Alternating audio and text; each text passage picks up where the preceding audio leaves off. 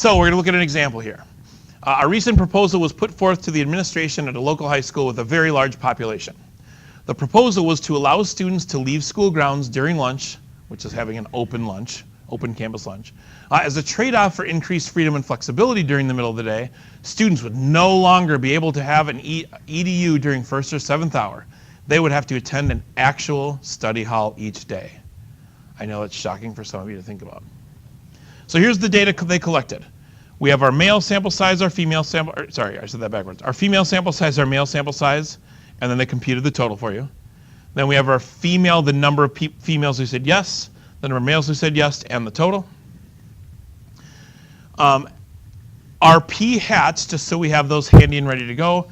P hat, I'm going to call the females group 1 and the males group 2, since that's the order they were listed in.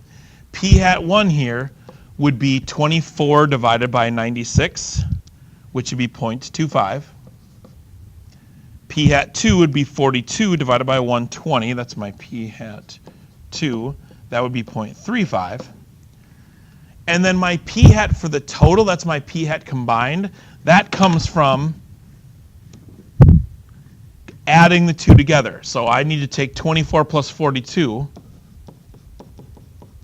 and I need to divide by 96 plus 120.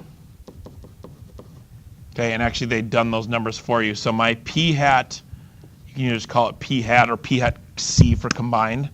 But that's where we take the 66 total over 216 total that you get if you add those out.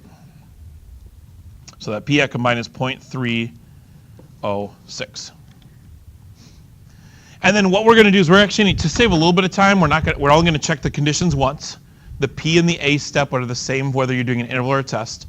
And then we'll finish them up and create a 99% confidence interval for the difference in proportions. And then we'll do a test to see if there is evidence of a difference in the proportion of support between the two genders. All right, so let's look at the P and the A step. And in this chapter, in real life, you would not take one set of data and do both an interval and a test. It's just redundant in terms of the big picture. In this chapter, both right now in the notes and in the homework and in the test, we are going to do the P and the A step once, and then we'll practice both an interval and a test for the same data, just to save time. Otherwise, I could have you do 4 different problems, so we can do both intervals and tests both ways, so you could check, but then we're checking conditions twice, and it makes more work that we don't need practice on right now. So we're going to do the P and the A step once. Let's start with the P step. We would start by saying, I am interested in the true difference in the proportion of female and male students at this high school who support a proposal to have open campus lunch instead of EDUs during first and seventh hour. So our parameter is the difference in the proportion. We have to say difference in the proportion. And then our population is male and female students at this high school, and then all that stuff about what we're talking about. In the last chapter, then I had you define, here's what X is, and give the P hat value. I'm going to have you combine that a little bit just to save us, to condense our work a little bit. I'm going to have you describe P hat 1, say it's the proportion of female voters who support the proposal, so you're describing that group, and then give the value. And I think it's good to show the fraction, but as long as you have the value, you're covered. And then P hat 2, and describe what that is in words, and then give the value. Doesn't hurt to give the fraction. So we're condensing that a little bit so that it's not 4 separate lines here. That covers our P step.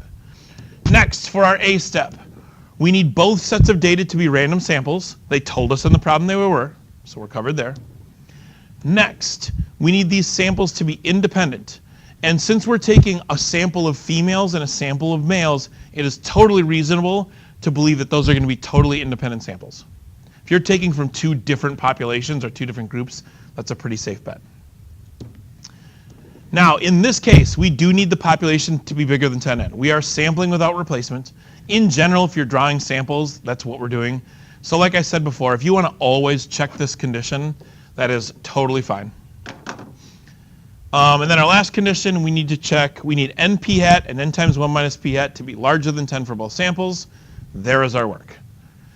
Tell it, make sure you do both parts, make sure you label things so we know which values are which.